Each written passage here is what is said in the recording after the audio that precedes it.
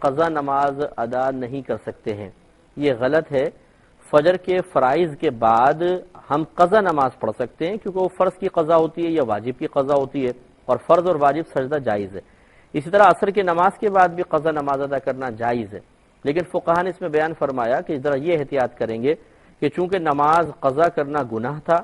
اور گناہ کو دوسروں کے سامنے ظاہر کرنا بھی گناہ ہے، لہذا عصر کی نماز کے بعد اور فجر کے بعد مسجد میں قضا نماز ادا نہ کریں، ورنہ لوگ سمجھ جائیں گے کہ اس وقت نفل تو پڑھ نہیں سکتے، یہ قضا پڑھ رہے ہیں، اور اپنی قضا کو اس طرح لوگوں کے سامنے پڑھنا کہ وہ مطلع ہو جائیں کہ یہ اپنی پرانی قضا پڑھ رہا ہے، یہ خود ایک گناہ ہے۔ لہذا اگر پڑھنا چاہیں تو گھر میں آ کے پڑھیں۔ تو خواتین تو پڑھ سکتی ہیں، وہ گھر میں ہی ہوتی ہیں، لیکن اگر مرد حضرات پڑھنا چاہیں تو فجر کی جیسے نماز مسجد میں ادا کی، اب گھر پر آ جائیں اور گھر پر آ کر پھر وہ قضا نماز ادا کرنا چاہیں کر لیں۔ اسی طریقے سے عصر کی نماز کے بعد بھی۔ اچھا، اب یہ نہیں ہے کہ اپنے گھر والوں کے سامنے گناہ کا اظہار جائز ہو جاتا ہے، ادھر بھی تھوڑی سی احتیاط کریں گے کہ اپنے کسی الگ کمرے میں پڑھیں، ورنہ اگر سامنے پڑھنے پر یقین ہو کہ گھر والے مطلع ہو جائیں گے کہ وہ قضا نمازیں لوٹا رہا ہے تو اس کو پھر گھر پہ بھی نہیں پڑھیں گے، گویا کہ مخلوق کے سامنے نہیں پڑھنا ہے کیونکہ یہ گناہ کا اظہار ہے، خود ایک گناہ ہے۔ چوتھا تھا غروب آفتاب جب ہو جائے اس سے لے کر اور مغرب کے فرائض کی ادائیگی تک کوئی نفل نماز ادا کرنا فقہ حنفی میں جائز نہیں ہے۔ ایک کالر ہمارے ساتھ میں، پہلے کال لے لیتے ہیں۔ السلام علیکم۔ وعلیکم السلام، مفتی صاحب میں لاہور سے بات کر رہا ہوں۔ جی فرمائیے۔ میرا سوال ہے نفس کے بارے میں کہ نفس امارہ ہمیں کس چیز کا حکم دیتی ہے، نفس لغوامہ کس چیز کا حکم دیتا ہے، اور نفس مطمئنہ ہمیں کس چیز کا حکم دیتا ہے؟ ٹھیک ہے، اور دوسرا میرا سوال ہے پرائز بانڈ کے حوالے سے کہ جو پرائز بانڈ اگر 200 روپے کا ہے تو وہ اگر کسی شاپ سے 210 روپے کا مل رہا ہے بلیک میں، تو کیا وہ بلیک میں لینا جائز ہے کہ یہ شرعاً نہیں جائز؟ ٹھیک ہے، انشاءاللہ میں عرض کرتا ہوں، بالکل عرض کرتا ہوں۔ ایک مختصر سا بریک لیں گے، ہمیں یقین ہے آپ ہمارا انتظام فرمائیں گے۔ رحیم، مکروہ اوقات کا بیان چل رہا تھا کہ ان اوقات میں نوافل پڑھنا مکروہ ہوتا ہے، جن میں سے ایک وقت یہ بھی ہے کہ جب مغرب کا وقت شروع ہوتا ہے اس وقت سے لے کر مغرب کے فرائض کی ادائیگی تک کوئی نفل نماز نہیں پڑھیں گے۔ امام شافعی رحمۃ اللہ علیہ کے ہاں اس کی اجازت ہے،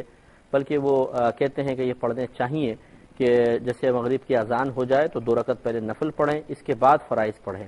فقہ حنفی میں بعض علماء احناف نے اجازت دی ہے کہ ہلکی سی 2 رکعت نفل اگر پڑھنا چاہیں تو مغرب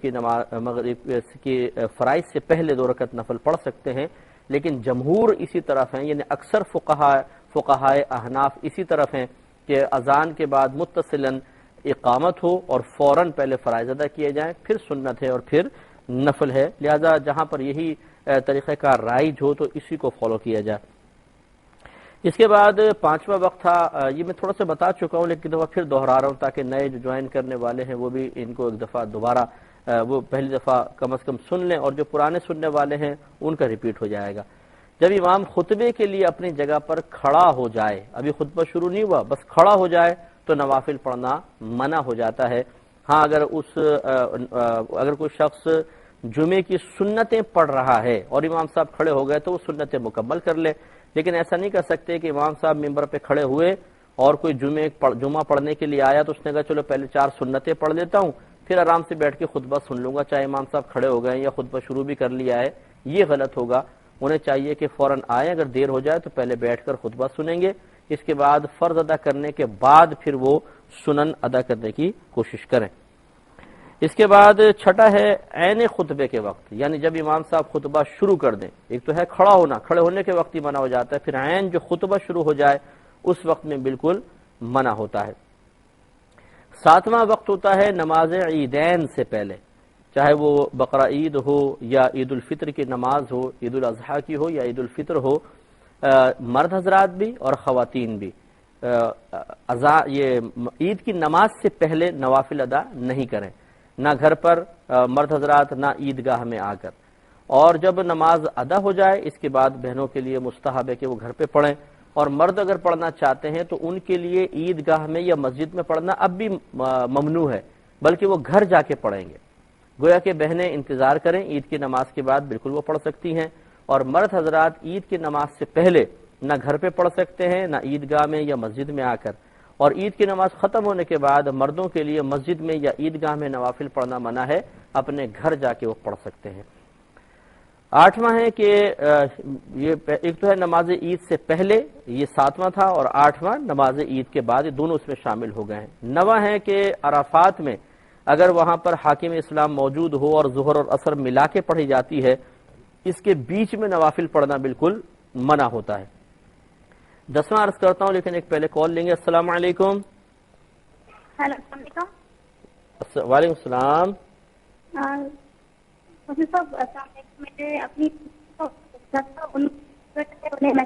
آپ کی آواز جو ہے نا بہت بریک ہو رہی ہے، کٹ رہی ہے۔ آپ کہیں اوپن ایریا میں، آپ موبائل سے کر رہے ہوں گے، تھوڑا سا اوپن ایریا میں آئیے۔ جی، میں یہ کہہ رہی ہوں کہ میری سسٹر جو ہے، ان کا مسئلہ ہے طلاق کا نا، ان کے ہسبینڈ نے میسج کر کے طلاق دی ہے، وہ میرے میسج کیا نا، تو میں طلاق دی، جب میں نے ایک بار بھی نہیں بولا، تو یہ پوچھنا تھا کیا ہو گئی ہے یا نہیں۔ کتنی طلاقیں لکھی تھیں؟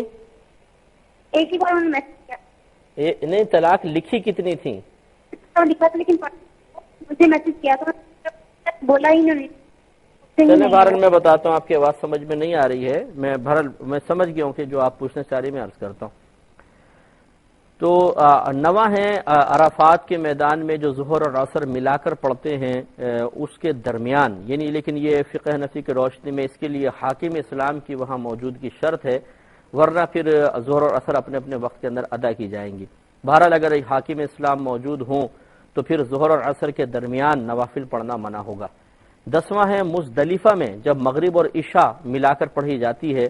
تو اس میں مغرب اور عشاء کے درمیان نوافل پڑھنا منع ہے۔ اس میں متصلاً پہلے مغرب ہوتی ہے، پھر فوراً عشاء کے فرائض کے لیے اقامت ہوتی ہے، تو لہٰذا ان کے درمیان بھی نفل نماز پڑھنا منع ہوتا ہے۔ 11واں ہے کہ جب فرض کا وقت تنگ ہو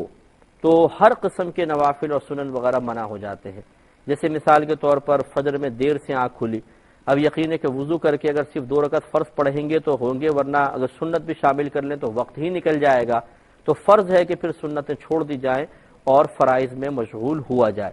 تو اگر فرض نماز کا وقت تنگ ہو تو پھر سنن چھوڑنا لازم ہوتا ہے، اس وقت اگر نوافل پڑھیں گے تو مکروہ ہے، سخت مکروہ ہے۔ اور 12واں وقت ہے کہ ایسے وقت میں نماز پڑھنا کہ جس میں دل لازمی طور پر بٹے گا، توجہ ہٹے گی۔ مثال کے طور پر پیشاب وغیرہ کی شدت ہے بہت زیادہ، اس وقت نوافل ادا کرنا بالکل مکروہ ہے، بلکہ اس کے لیے تو نبی کریم صلی اللہ علیہ وسلم نے ارشاد فرمایا کہ جس کو قضاء حاجت کے لیے جانا ہو، پیشاب وغیرہ کی حاجت ہو، تو اسے چاہیے کہ پہلے اس سے فراغت حاصل کرے، پھر شامل جماعت ہو، وہ بھی اگر مل جائے، نہ ملے تو پھر اپنی پڑھے۔ تو اس لیے اگر جماعت بھی ہو رہی ہے تو انسان کو چاہیے کہ پہلے فراغت حاصل کرے، پھر تازہ وضو کر کے وہ جماعت میں شامل ہو۔ اگر جماعت اس دوران نکل جاتی ہے تو بالکل گناہ گار نہیں ہوگا، کیونکہ شریعت کا مطالبہ پہلے ان چیزوں کو ختم کرنے کا ہے۔ اس لیے کہ اگر اس شدت کے ساتھ نماز ادا کریں گے تو نماز میں توجہ ہونی چاہیے اللہ تبارک و تعالی کی طرف، اور پاکیزہ خیالات ذہن میں ہونے چاہیے، جبکہ پھر بار بار نماز میں پیشاب کا خیال آ رہا ہو، اور یہ ایک فطری تقاضا ہوتا ہے انسان کا کہ جب توجہ اس طرف چلی جائے کہ میں بھی جا کے پیشاب کروں گا تو اور شدت بڑھ جاتی ہے بہت تیزی کے ساتھ، تو اس لیے مکمل توجہ پھر ایک گندی شے کی طرف، خراب شے کی طرف ہو، اور وہ نماز جس میں خالصتاً اللہ تبارک و تعالیٰ کی بارگاہ میں کھڑے ہو کر ہم کلامی کا شرف حاصل ہونے والا ہوتا ہے، اس میں پھر توجہ ایسی طرف جائے تو یہ قطعاً غیر مناسب ہے۔ اس لیے فقہاء نے واضح طور پہ لکھا ہے کہ اسے ان چیزوں کو دور کیے بغیر نماز نفل ادا کرنا مکروہ ہوتا ہے۔ تو یہ 12 اوقات تھے جس میں نفل پڑھنا منع ہوتا ہے، ان پر توجہ رکھیے گا، یاد رہیں تو بہت ہی۔ بہن نے پہلے کویسچن کیا ہے کہ اگر کسی کی پچھلے دن کی عصر کی نماز قضا ہو گئی تو اگلے دن کیا مکروہ وقت میں وہ نماز ادا کر سکتے ہیں؟ مکروہ وقت سے مراد عصر کا مکروہ وقت انہوں نے کہا جو سورج مکمل ڈوبنے سے 20 منٹ پہلے تک ہوتا ہے، یہ یوں سمجھ لیں عصر کے لاسٹ 20 منٹس جو ہیں وہ غروب آفتاب کہلاتے ہیں، اور اس میں یہ پوچھا گیا ہے کہ پچھلے دن کی قضا عصر کی جو تھی وہ اس میں پڑھ سکتے ہیں کہ نہیں۔ تو دیکھیں مسئلہ یہ ہوتا ہے کہ 3 اوقات ایسے ہیں کہ نبی کریم صلی اللہ علیہ وسلم نے ان میں ہر قسم کی نماز کو پڑھنا منع فرمایا۔ چاہے وہ فرض ہو، واجب ہو، سنت ہو، نفل ہو، ادا ہو، قضا ہو۔ ایک طلوع آفتاب کا تصور یہ ہے کہ جب سورج کی پہلی کرن نکلے صبح کے ٹائم میں، اس سے لے کر اگلے 20 منٹ یہ طلوع آفتاب ہے۔ دوسرا غروب آفتاب، یعنی عصر کے لاسٹ 20 منٹس، لاسٹ 20 منٹ جو ہیں وہ غروب آفتاب کہلاتے ہیں، یہ دو وقت۔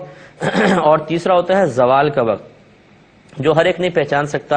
اس کے لیے آپ جو نمازوں کے اوقات کے کیلنڈرز وغیرہ آتے ہیں وہ اپنے پاس رکھ لیں، کوئی اچھے مستند کیلنڈر رکھ لیں، اور اس میں آپ دیکھیے گا تیسرے خانے میں لکھا ہوگا وقت زوال یا ضحوہ کبریٰ۔ یہ سمجھ لیں زوال کا وقت شروع ہو رہا ہے، اس میں شروع کا وقت لکھا ہوتا ہے، اور اگلے خانے میں لکھا ہوتا ہے وقت ظہر۔ یہ گویا کہ زوال کے وقت کی انتہا ہے، یہاں پہ آ کے ختم ہوتا ہے اور ظہر کا وقت شروع ہوتا ہے، کیونکہ جب زوال کا وقت ختم ہوتا ہے تو ظہر کا وقت شروع ہو جاتا ہے۔ اور یہ یاد رکھیں، بعض لوگ سمجھتے ہیں کہ جی 12 بجے زوال کا وقت ہوتا ہے، ہمیشہ 12 بجے نہیں ہوتا، بعض اوقات 11:34 11:35 پر بھی ہوگا۔ اور یہ بھی نہیں کہ 1 گھنٹے رہتا ہے، 20 منٹ رہتا ہے، مخصوص نہیں ہے، کبھی یہ 35 منٹ، کبھی 40 منٹ، کبھی 25 منٹ، اس طرح اوپر نیچے ہوتا رہتا ہے۔ تو یہ آپ زوال کا وقت یہاں کیلنڈر سے ضرور دیکھیں گے، اور بلکہ آپ رکھ ہی لیں کہ نمازوں کے اوقات کیلنڈر، اس میں طلوع آفتاب بھی ہوتا ہے، غروب آفتاب بھی لکھا ہوتا ہے، اور زوال کے وقت بھی لکھا ہوتا ہے۔ ہاں یہ ضرور ہے کہ جہاں پہ طلوع آفتاب لکھا ہو وہ ٹائم سے اگلے 20 منٹ تک وہ ہے پورا طلوع آفتاب۔ جو غروب آفتاب کا وقت لکھا ہوا اس سے 20 منٹ پہلے لے لیجیے گا، وہ لاسٹ 20 منٹس بنیں گے، اور بیچ میں زوال کا وقت۔ ان 3 اوقات میں جسے بتایا کہ ہر قسم کی نماز منع ہے، تو جس کا جواب بھی ہو گیا کہ اگر آپ نے سابقہ دن کی عصر کی قضا آج کے دن پڑھنی ہے تو اس مکروہ وقت میں نہیں پڑھ سکتے ہیں، شریعت نے منع کیا ہے۔ ہاں اگر آج کے دن کی عصر ہے، مثال کے طور پر مہمان گھر میں آ گئے تو عصر میں دیر ہو گئی اور لاسٹ 20 منٹ شروع ہو گئے ہیں، تو آج کی عصر اس میں آپ پڑھ لیں گے، وہ اجازت ہوگی، لیکن پچھلے دن کی قضا وغیرہ اس میں ادا نہیں کر سکتے، نہ کوئی اور نماز مطلب واجب یا نفل یا سنت نہیں پڑھ سکیں گے۔ آج کے دن کی عصر اس وقت میں بھی پڑھی جائے گی، یہ ذہن میں